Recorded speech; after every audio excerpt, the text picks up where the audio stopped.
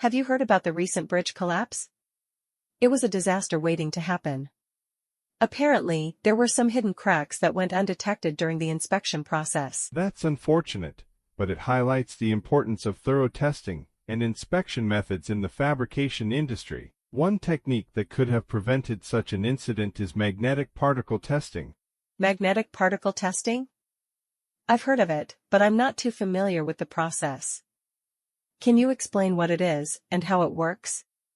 Absolutely. Magnetic particle testing is a non-destructive testing method used to detect surface and near-surface defect in ferromagnetic materials, such as steel and iron. It's particularly useful in the welding industry to ensure the integrity of welds and detect any cracks or discontinuities.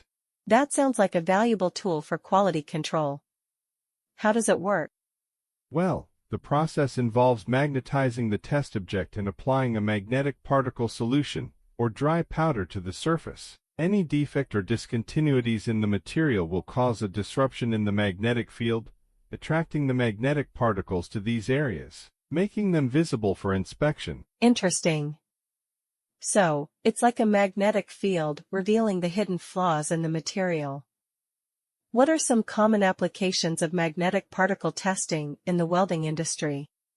It's widely used to inspect welded joints, pressure vessels, pipelines, and other critical structures, where the integrity of the welds is crucial for safety and performance. It can detect surface cracks, undercuts, porosity, and other defect that may have occurred during the welding process.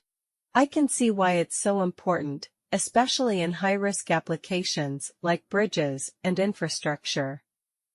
But isn't magnetizing the material itself a potential risk? That's a valid concern, but the magnetization process is carefully controlled and monitored. There are different techniques, such as using a portable electromagnet or inducing a current flow in the test object, to ensure safe and effective magnetization without damaging the material.